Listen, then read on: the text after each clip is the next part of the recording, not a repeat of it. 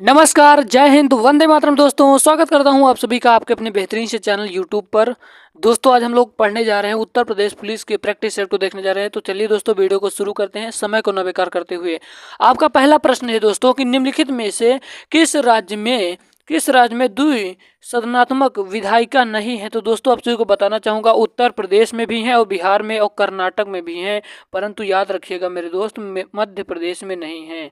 मध्य प्रदेश में नहीं है, इसका मतलब right answer option number B के साथ जाएगा। प्रश्न को ध्यान से पढ़ना है आपको। ये प्रीवियस ईयर का प्रश्न, सभी प्रश्न प्रीवियस ईयर के करा रहे हैं। और अभी तक आप लोगों को बता दूं कि रेलवे की वैकेंसी बहुत जल्द उन्होंने नोटिफिकेशन जारी कर दिया है दोस्तों। तो अपनी तैयारी में जुट भी जाइए दोस्तों। पुलिस के पेपर देने के बाद जस्ट आपको रेलवे का पूरा फुल तैयारी इस चैनल के माध्यम से कराया जाएगा। तो हम लोग चलते हैं अपने अगले प्रश्न की ओर। आपका अगला प्रश्न है, कह रहा है दोस्तों कि सरकारियां आयोग ने निम्नलिखित में से किसके संबंध में संस्तुतियां की थी। तो दोस्तों याद रखिएगा, इसका जो राइट आंसर हो जाएगा ऑप्शन नंबर बी वाला, केंद्र राज्य संबंध। हम लोग जल्दी जल्दी प्रश्नों को करेंगे ताकि हमारे वीडियो ज़्यादा से ज़्यादा 15 मिनट के अंदर आप लोगों को कंप्लीट हो जाए प्रैक्टिस सेट, जिससे आपका समय बचेगा। हम लोग चलते हैं अपने तीसरे नंबर के प्रश्न को। जल्दी से इसका आंसर बताया कि न्यायिक पूर्वालोकन की व्यवस्था है। न्यायिक पूर्वालोकन की व्यवस्था ये कहाँ से लिया गया है। तो दोस्तों याद रखिएगा, ये यूएसए से लिया गया है। और जो राष्ट्रपति है, राष्ट्रपति पर महाभियोग, ये कहाँ से लिया गया है, आपको इसका आंसर बताना होगा। और राष्ट्रपति का पद दोस्तों ये कहाँ से लिया गया है, इसको भी आपको बताना होगा। देखते हैं हमारे कितने विद्यार्थी, कितने स्टूडेंट इसका जवाब दे पाते हैं। ये दोस्तों राष्ट्रपति भाग 5 में है। भाग 5 में राष्ट्रपति की चर्चा किया गया है। हम लोग चलते हैं अपने अगले प्रश्न की ओर। आपका 4 नंबर का प्रश्न आपकी स्क्रीन के सामने है। जल्दी से इसका आंसर बताने की कोशिश करिए। कह रहा है कि भागवत धर्म से संबंधित प्राचीन अभिलेखीय साक्ष्य मिलता है। तो दोस्तों याद रखिएगा, इसका जो राइट आंसर हो जाएगा ऑप्शन डोरस का वेश नगर अभिलेख। उम्मीद करता हूं ये 4 नंबर का प्रश्न बिल्कुल आसानी ढंग से समझ में होगा। हम लोग चलते हैं अपने 5 नंबर के प्रश्न को और जल्दी से इसका आंसर बताने की कोशिश करिए कि अशोक का रुमिनय देई स्तंभ लेख संबंधित है। तो दोस्तों याद रखिएगा, ये संबंधित है किससे भैया, ये बुद्ध के जन्म से संबंधित है। ऑप्शन नंबर ए वाला सही हो जाएगा। आशा करता हूं ये 5 नंबर का प्रश्न समझ में आया होगा। हम लोग चलते हैं अपने 6वें नंबर के प्रश्न की ओर। आपका 6वां नंबर का प्रश्न जस्ट आपकी स्क्रीन के सामने है। जल्दी से इसका आंसर बताने की कोशिश करिए। आपका अगला प्रश्न है कि भूमि स्पर्श मुद्रा की सारनाथ बुद्ध मूर्ति संबंधित है। तो दोस्तों याद रखिएगा, इसका जो राइट आंसर हो जाएगा ये किसके साथ जाएगा, इसका राइट आंसर हो जाएगा मेरे भाई ऑप्शन नंबर डी के साथ गुप्तकाल। ऑप्शन नंबर डी के साथ गुप्तकाल। हम लोग चलते हैं अपने अगले प्रश्न की ओर। आशा करता हूँ, उम्मीद करता हूँ ये 6 नंबर तक प्रश्न समझ में आ रहे होंगे। आपका 60 नंबर का प्रश्न आपकी स्क्रीन के सामने है। आपका जो 8 नंबर का प्रश्न है ये आपकी स्क्रीन के सामने है। कह रहा है कि भारत में भाई साहब, भारत में इंग्लैंड का कौन सा दूत जहांगीर के पीछे अजमेर से मांडू आया। तो दोस्तों याद रखिएगा, इसका जो राइट आंसर हो जाएगा टॉमस रो। कौन भैया, टॉमस रो आया। ऑप्शन नंबर बी वाला से हो जाएगा। और मैंने साइंस की एक वीडियो भी डाल दिया है, टॉप 25 क्वेश्चन जो रेलवे में पूछे जाते प्रश्न है, तो इसको आप लोग जाकर देख लीजिए। लिंक डिस्क्रिप्शन बॉक्स में दिया गया है, नहीं तो आप लोग वीडियो वाले ऑप्शन पर जाकर देख सकते हैं, आपको मिल जाएगा। हम लोग चलते हैं अपने अगले प्रश्न की ओर। आपका 9 नंबर का प्रश्न आपकी स्क्रीन के सामने है कि अकबर के साथ युद्ध करने वाली दुर्गावती की रानी थी। तो दोस्तों याद रखिएगा कि अकबर के साथ युद्ध करने वाली दुर्गावती की रानी कौन थी भैया। तो याद रखिएगा मंडला रानी थी। कौन भैया, मंडला की रानी थी दुर्गावती। ऑप्शन नंबर ए वाला सही हो जाएगा। आपका 10 नंबर का प्रश्न आपकी स्क्रीन के सामने है। जल्दी से इसका आंसर बताने की कोशिश करिए। कह रहा है कि गुजरी महल किसने बनवाया था। तो गुजरी महल भैया याद रखिएगा कि गुजरी जो महल है इसको मानसिंह जी ने बनवाया था। मानसिंह जी ने बनवाया था। ऑप्शन नंबर बी वाला सही हो जाएगा। हम लोग चलते हैं अपने 11 नंबर के प्रश्न की ओर। आपका 11 नंबर का प्रश्न दोस्तों भैया आपकी स्क्रीन के सामने है। आपका 10 नंबर का फिर से वही प्रश्न आपको रिपीट किया है मेरे भाई, आपको रिपीट किया है। अगला प्रश्न है कि भारत में ब्रह्म समाज की स्थापना किसने की थी। तो याद रखिएगा भैया, राजा राम मोहन राय जी ने किया था। राजा राम मोहन राय जी ने किया था। ऑप्शन नंबर बी वाला करेक्ट हो जाएगा। आशा करता हूँ, उम्मीद करता हूँ ये प्रश्न आप सभी के समझ में आया होगा। हमारा अगला प्रश्न है कि सविनय अवज्ञा आंदोलन के रूप में गांधी जी ने डांडी मार्च किया था। भैया सविनय अवज्ञा आंदोलन के रूप में गांधी जी ने दांडी मार्च किया था। तो भैया मेरे भाई याद रखिएगा, दांडी मार्च कब किया था, तो याद रखिएगा, ये बहुत महत्वपूर्ण प्रश्न है। तो याद रखिएगा 26 जनवरी 1930 को, 26 जनवरी 1930 को। सॉरी दोस्तों, यहाँ पर क्या हो जाएगा इसका राइट आंसर, इसका राइट आंसर हो जाएगा 12 मार्च भाई, 12 मार्च, 12 मार्च होगा, 12 मार्च 1930 को सविनय अवज्ञा आंदोलन गांधी जी ने दांडी मार्च किया था। ऑप्शन नंबर सी वाला सही हो जाएगा। आशा करता हूँ 11 नंबर का प्रश्न आप सभी के समझ में आया होगा। अगर आपको कहीं भी डाउट लगता है दोस्तों तो आप कमेंट सेक्शन में कमेंट कर दीजिएगा, हम आपको फिर से इसके इन प्रश्नों का जवाब दे देंगे। अगर आप लोग अभी तक हमारे टेलीग्राम ग्रुप को नहीं ज्वाइन किया है तो जाकर आप लोग टेलीग्राम ग्रुप को ज्वाइन जरूर कर लीजिएगा, क्योंकि दोस्तों उसमें बताया जा रहे हर एक टॉपिक के पीडीएफ आपको वहां पे प्रोवाइड होंगे। आपका अगला प्रश्न आपकी स्क्रीन के सामने है, कह रहा है कि भारत के स्वतंत्रता आंदोलन के दौरान महात्मा गांधी द्वारा स्थापित साबरमती आश्रम किस नगर के बाहर स्थित है। तो मेरे भाई याद रखिएगा, इसका जो राइट आंसर हो जाएगा, इसका राइट आंसर अहमदाबाद होगा। 1915 ईस्वी में, 1915 ईस्वी में ऑप्शन नंबर बी वाला सही हो जाएगा।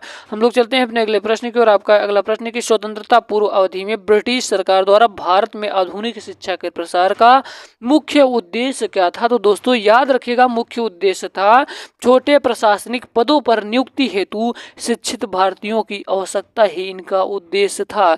यानी कि इसका जो राइट आंसर हो जाएगा ऑप्शन नंबर ए के साथ जाएगा। आपका 14 नंबर का प्रश्न आपकी स्क्रीन के सामने है, आजाद हिंद फौज का प्रथम सेनापति था। तो आजाद हिंद फौज का जो प्रथम सेनापति था मेरे भाई वो कौन था, वो मोहन सिंह था, मोहन सिंह था। ऑप्शन नंबर ए के साथ जाएगा इसका राइट आंसर। आपका 15 नंबर का प्रश्न आपकी स्क्रीन के सामने है, कह रहा है कि केंद्रीय शुष्क क्षेत्र अनुसंधान संस्थान यानी कि कजरी अवस्थित है। तो कहाँ पर अवस्थित है, तो दोस्तों याद रखिएगा ये कहाँ पर, ये जोधपुर में स्थित है। जोधपुर कहाँ है भैया, जोधपुर राजस्थान में है, जोधपुर राजस्थान में है।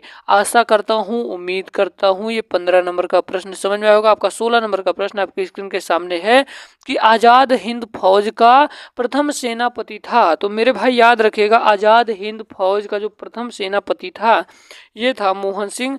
मैंने बता दिया इन प्रश्नों का। हम लोग चलते हैं आपके अगले प्रश्न की ओर। आपका 15 नंबर का प्रश्न जस्ट आपकी स्क्रीन के सामने है, कह रहा है कि केंद्रीय शुष्क क्षेत्र अनुसंधान संस्थान कहाँ पर अवस्थित है, जोधपुर में स्थित है। यहाँ तक हमने कर लिया। 16 नंबर का प्रश्न आपकी स्क्रीन के सामने है, बताने की कोशिश करिए। कह रहा है कि दंड कार्यालय अवस्थित है। तो दंड कार्यालय अवस्थित है कहाँ पर अवस्थित है, तो याद रखिएगा ये मेरे भाई छत्तीसगढ़ और उड़ीसा में स्थित है। छत्तीसगढ़ एवं उड़ीसा दोनों जगह में स्थित है। उम्मीद करता हूँ ये प्रश्न समझ में आया होगा। आपका 17 नंबर का प्रश्न कह रहा है कि हिमालय पर्यायवाची है। तो हिमालय जो पर्यायवाची है भैया ये ट्रांस हिमालय का पर्यायवाची है। हिमालय पर्यायवाची है, ट्रांस हिमालय का। आपका 18 नंबर का प्रश्न है, देखते हैं हमारे कौन कौन विद्यार्थी इसका आंसर बता पाते हैं कि निम्नलिखित में से कौन सा बाघ आरक्षित क्षेत्र 2 राज्यों में विस्तृत है। तो दोस्तों याद रखिएगा इसका जो राइट आंसर हो जाएगा वो हो जाएगा पेंच। ऑप्शन नंबर सी वाला करेक्ट हो जाएगा। आशा करता हूँ, उम्मीद करता हूँ ये प्रश्न बिल्कुल बेहतरीन ढंग से समझ में आया होगा। हमारा अगला प्रश्न आपको 19 नंबर का प्रश्न आपके जस्ट स्क्रीन के सामने है, कह रहा है कि संसार में टाइटेनियम का अग्रणी उत्पादक है। तो दोस्तों याद रखिएगा संसार में टाइटेनियम का अग्रणी उत्पादक है। तो मेरे भाई याद रखिएगा इसका जो राइट आंसर हो जाएगा ऑप्शन नंबर सी के साथ रूस हो जाएगा। हम लोग चलते हैं अपने 20 नंबर के प्रश्न की ओर। कह रहा है कि विश्व के सर्वाधिक व्यस्त पतन की उपाधि मिली है। तो दोस्तों याद रखिएगा जो इसका राइट आंसर हो जाएगा ऑप्शन नंबर बी वाला न्यूयॉर्क को मिली है विश्व में सर्वाधिक व्यस्त पतन की उपाधि। ऑप्शन नंबर बी वाला करेक्ट हो जाएगा। हम लोग चलते हैं अपने 21 नंबर के प्रश्न की ओर। आपका 21 नंबर का प्रश्न आपकी स्क्रीन के सामने है, आप लोग आंसर बताने की कोशिश करिए कि निम्नलिखित भाषाओं में से सुनामी शब्द किस भाषा से संबंधित है? तो जो सुनामी शब्द है दोस्तों, ये जापानी भाषा से संबंधित है। जापानी भाषा से क्या भैया? सुनामी शब्द संबंधित है। ऑप्शन नंबर बी वाला से हो जाएगा। हमारा 22 नंबर का प्रश्न आपके स्क्रीन के सामने है। जल्दी से इसका आंसर बताने की कोशिश करिए कि कार्बन मोनोऑक्साइड यानी कि CO मनुष्य के लिए क्यों हानिकारक है? तो दोस्तों ये पुलिस में आया हुआ प्रश्न है, प्रीवियस ईयर का प्रश्न है। हम लोग चलते हैं, बताते हैं आपको। यह हीमोग्लोबिन से क्रिया करने के लिए ऑक्सीजन से प्रतियोगिता करती है, इसीलिए दोस्तों मनुष्यों के लिए हानिकारक है। आशा करता हूँ, ये उम्मीद करता हूँ कि हमारे हर विद्यार्थी को ये समझ में आ रहा होगा, हमारे हर छोटे बड़े भाई बहन को ये समझ में आ रहा होगा। आपका 23 नंबर का प्रश्न है कि एक कृत्रिम उपग्रह ने विद्युत ऊर्जा का स्रोत क्या है? तो दोस्तों याद रखिएगा, विद्युत ऊर्जा का जो स्रोत है वो सौर सेल, विद्युत ऊर्जा का जो स्रोत है वो सौर सेल है। आपका ऑप्शन नंबर डी वाला सही हो जाएगा। हम लोग चलते हैं अपने अगले प्रश्न की ओर। आपका 24 नंबर का प्रश्न है, कह रहा है कि कौन सी तरंगे शून्य में संचरण नहीं कर सकती? तो दोस्तों याद रखिएगा, कौन सी तरंगे शून्य में संचरण नहीं कर सकती? तो याद रखिएगा, जो ध्वनि तरंगे हैं ये शून्य में संचरण नहीं कर सकती। ऑप्शन नंबर सी वाला सही हो जाएगा। आपका 25 नंबर का प्रश्न आपकी स्क्रीन के सामने है, कह रहा है कि किन महीनों में रबी फसल की बुआई होती है? तो दोस्तों याद रखिएगा, जो रबी की फसल होती है इनकी बुआई अक्टूबर व नवंबर के महीने में होती है मेरे भाई। अक्टूबर व नवंबर में होती है, मार्च या अप्रैल में काट ली जाती है। ऑप्शन नंबर सी वाला सही हो जाएगा। उम्मीद करता हूँ ये प्रश्न समझ में होगा। आपका 26 नंबर का प्रश्न है कि हाइड्रोजन को जलाने से क्या बनेगा? तो हाइड्रोजन को जलाने से मेरे भाई क्या बनेगा? हाइड्रोजन को जलाने से पानी बनेगा। ऑप्शन नंबर डी वाला सही हो जाएगा। उम्मीद करता हूँ ये प्रश्न बिल्कुल बेहतरीन ढंग से समझ में आ रहा होगा। आपका 27 नंबर का प्रश्न है कि एस्पिरिन कहाँ से मिलती है? तो जो एस्पिरिन है दोस्तों, ये कहाँ से मिलती है? तो याद रखिएगा, ये एक पेड़ से मिलती है। ऑप्शन नंबर सी वाला सही हो जाएगा। 29 नंबर का प्रश्न कह रहा है कि शक्कर के किण्वन से क्या बनता है? तो शक्कर के किण्वन से क्या बनता है मेरे भाई? इथाइल अल्कोहल बनता है। इथाइल अल्कोहल बनता है। आशा करता हूँ, उम्मीद करता हूँ ये प्रश्न समझ में आया होगा। आपका right answer option number A के साथ जाएगा। 30 नंबर का प्रश्न जस्ट आपकी स्क्रीन के सामने है कि निम्न वाक्यांश के लिए एक शब्द लिखिए जो आप अपने काम की जिम्मेदारी संभाले। वो कौन होता है दोस्तों? तो वो कौन होता है? वो होता है कौन भैया? उत्तरदायी होता है।